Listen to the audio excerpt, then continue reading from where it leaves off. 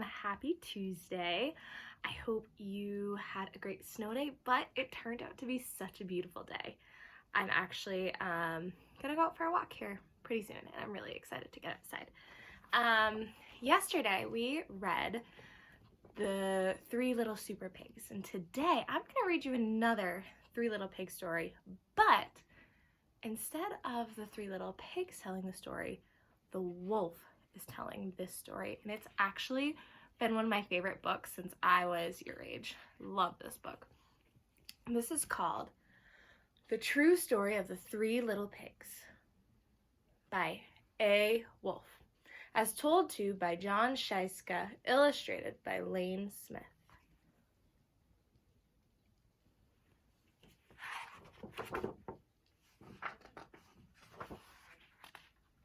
The True Story of the Three Little Pigs.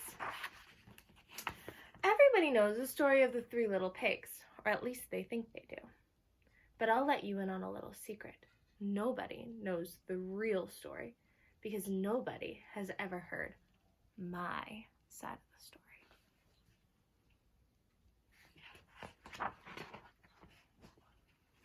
I'm Wolf, Alexander T. Wolf. You can call me Al. I don't know how this whole big bad wolf thing got started, but it's all wrong. Maybe it's because of our diet. Hey, it's not my fault. Wolves eat cute little animals like bunnies and sheep and pigs. That's just the way we are. If cheeseburgers were cute, folks would probably think you were big and bad too.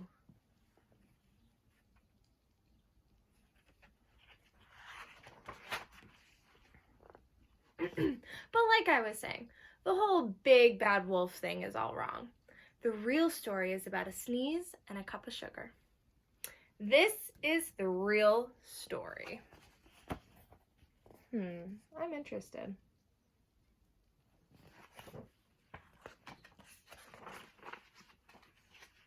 Way back in Once Upon a Time, I was making a birthday cake for my dear old granny. I had a terrible sneezing cold.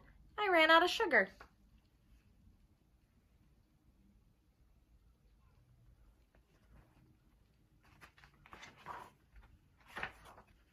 So I walked down the street to ask my neighbor for a cup of sugar. Now, this neighbor was a pig, and he wasn't too bright either. It means he wasn't too smart.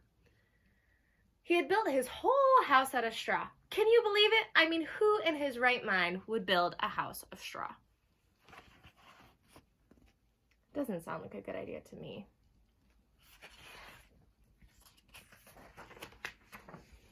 So, of course, the minute I knocked on the door, it fell right in.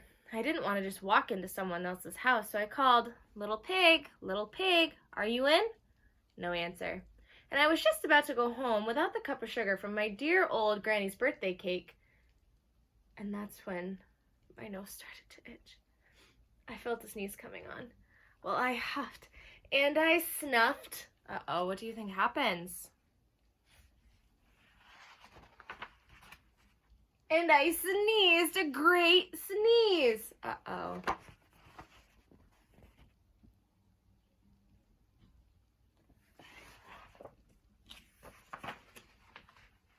And you know what? That whole darn straw house fell in. And right in the middle of a pile of straw was the first little pig, dead as a doornail. He had been home the whole time. It seemed like a shame to leave a perfectly good ham dinner lying there in the straw, so I ate it up. Think of it as a big cheeseburger just lying there. If you saw a big cheeseburger just laying there, would you be tempted to eat it?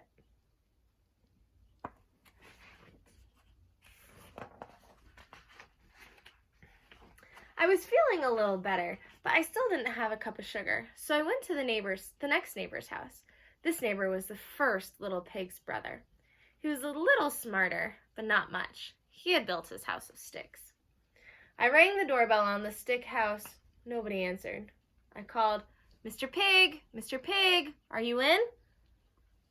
He yelled back, Go away, Wolf, you can't come in. I'm shaving the hairs on my chinny chin chin. I feel like I've heard that somewhere before.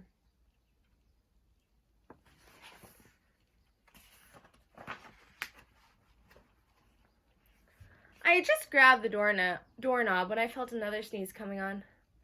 I huffed and I snuffed, and I tried to cover my mouth, but I sneezed a great sneeze. What do you think happens after he sneezed? I don't know. Let's find out. And you're not going to believe it, but this guy's house fell down just like his brother's. When the dust cleared, there was a second little pig, dead as a doornail. A wolf's honor. Uh-oh.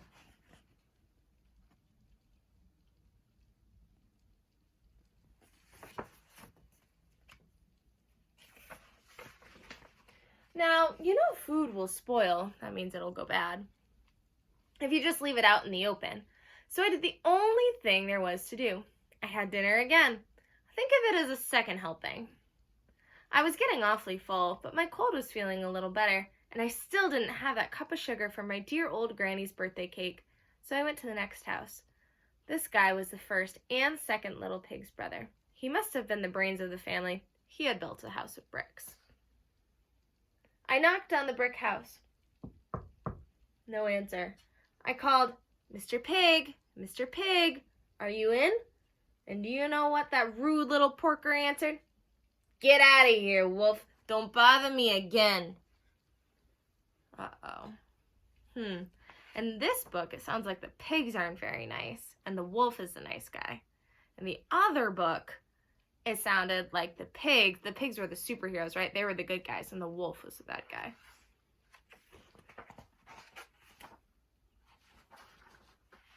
Talk about impolite. He probably had a whole sack full of sugar and wouldn't give me one little cup from my dear sweet old granny's birthday cake. What a pig! I was just about to go home and maybe make a nice birthday card instead of a cake when I felt my cold coming on. Uh-oh. I huffed, and I puffed, and I sneezed once again. Then the third little pig yelled, "And your old granny can sit on a pin." Uh-oh. If someone said something mean about your grandmother, would you be mad? I would be very upset. Now, I'm usually a pretty calm fellow, but when somebody talks about my granny like that, I go a little crazy. When the cops drove up, of course, I was trying to break down this pig's door, and the whole time I was huffing and puffing and sneezing and making a real scene.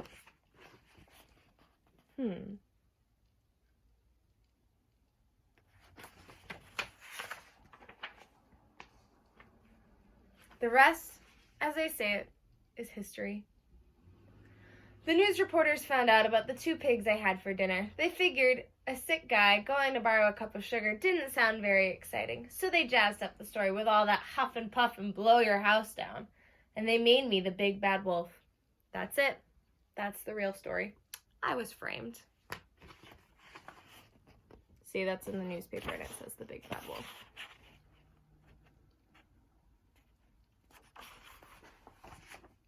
But maybe you could loan me a cup of sugar?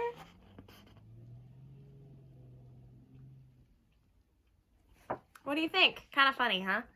So today, I want you guys to talk with your families about the differences between this 3 Little Pigs story and the one we read yesterday, and maybe any others you've read. I love you all, and I miss you all so very much. I hope you're staying safe and healthy, and hopefully I get to see you soon. Bye.